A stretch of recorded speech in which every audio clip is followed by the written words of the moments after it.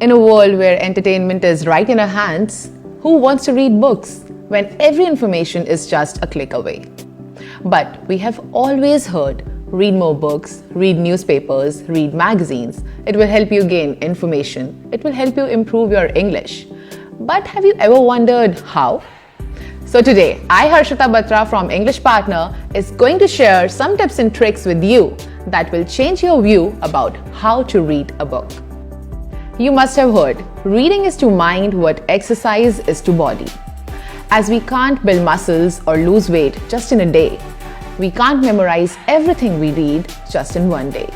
So I would suggest you start by taking small steps. And by small steps, I mean start by reading small sections from a magazine or small articles from newspapers or just few pages of a book.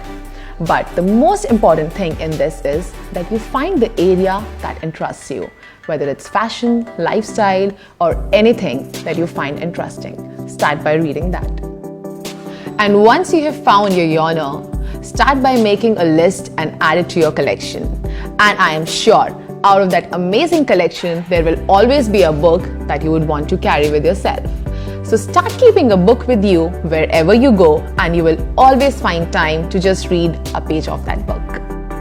And as I said, start by taking small steps. I mean, just start by reading few pages a day, or just take out 10 minutes from your daily morning routine. Because morning is the best time, as once you will read it in the morning, you can use the words you grab from that book throughout the day.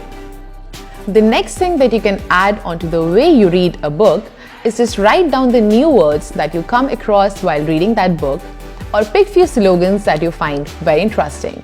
And also you can share it while chatting with your friends or with your colleagues at your workplace. And as we say, the best stories are the ones that we share with our friends. So start discussing your stories with your like-minded friends and gain some information from them. Reading is a good habit. If you don't have it, start it today. I'll be back with another informative session. Till then, keep reading.